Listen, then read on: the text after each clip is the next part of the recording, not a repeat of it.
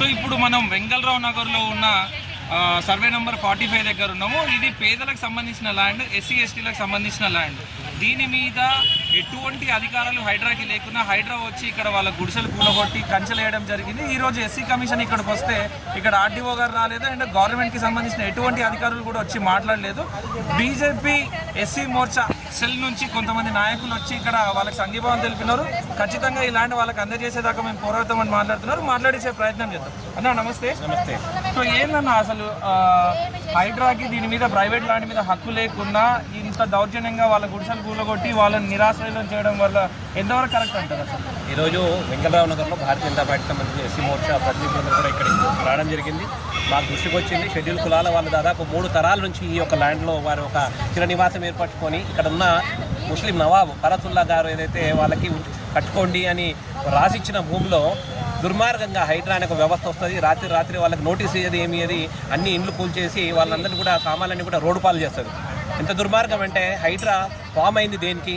ఎవరైనా ప్రభుత్వ భూములు చెరువులు అన్యాకాంతం అయితే వాళ్ళ కట్టడాలన్నీ కూడా కూల్చడానికి హైడ్రా ఫామ్ అయింది. మరి ఏ రకంగా హైడ్రా ప్రైవేట్ భూములకు వచ్చి ఒక ముస్లిం నవాబ్ సంబంధించిన ఎవరైతే వ్యక్తి షెడ్యూల్ కులాల వాళ్ళకి ఉండండి అని చిరునివాసం ఏర్పరచుకోండి అని భూమి ఇస్తారో ఆ భూమి మీద హైదరాబాద్ ఏ రకంగా వచ్చి కూలుస్తారో, మరి ఏదైనా రాజకీయ ఒత్తిడి హైడ్రా మీద ఉన్నదా, ఎవరైనా బిల్డర్లు హైడ్రాకి డబ్బులు ఇచ్చి ఏ రకంగా చేపిస్తున్నారా అని ఎస్సీ మోర్చాకు అనుమానం అనిపిస్తున్నది.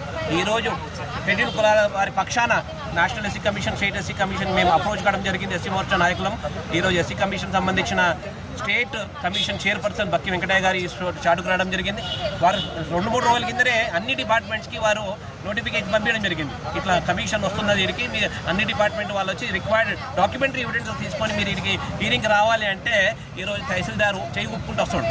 ఆయన అడగడం జరిగింది ఆర్డీఓ, మరి వచ్చిండ ఆర్డీఓ అంటే ఆర్డీఓ గారు రాలేదు సార్, వేరే మినిస్టర్ గారు ప్రోగ్రాంలో బిజీ ఉన్నాడంటే ఎందుకు రాలే ఆర్డీఓ అంటే ఆర్డీఓ స్పష్టంగా తెలుసు ఈ భూమి ఏదైతే ప్రైవేట్ ప్రాపర్టీ మొన్న ఏదైతే హైడ్రా వాళ్ళు దుర్మార్గంగా వచ్చి కూల్చిన తర్వాత కోర్టులో కూడా ఫరతుల్లా వారికి సంబంధించిన వాళ్ళు కోర్టులో కేసేస్తే వాళ్ళకు కోర్టు సంబంధించిన పీనలైజ్ చేసి హైడ్రాకి 50,000 రూపాయలు డబ్బులు ఫైన్ కట్టడం జరిగింది. అందు గురించే ఇక్కడ సంబంధించిన ఆర్డీఓ తప్పించుకుంటున్నాడు. మొన్న కమిషన్ కూల్చిన తర్వాత ఈ అందరితో మేమందరూ కూడా అప్రోచ్ అయినాము. ఆర్డీఓ వాళ్ళని దీనికి సంబంధించిన టోటల్ రిపోర్ట్ ఇవన్నీ కూడా ఎస్సీ కమిషన్ నేషనల్ ఇవ్వడం జరిగింది. రేపు 24వ తేదీ ఎస్సీ కమిషన్ హియరింగ్కి పిలిచింది.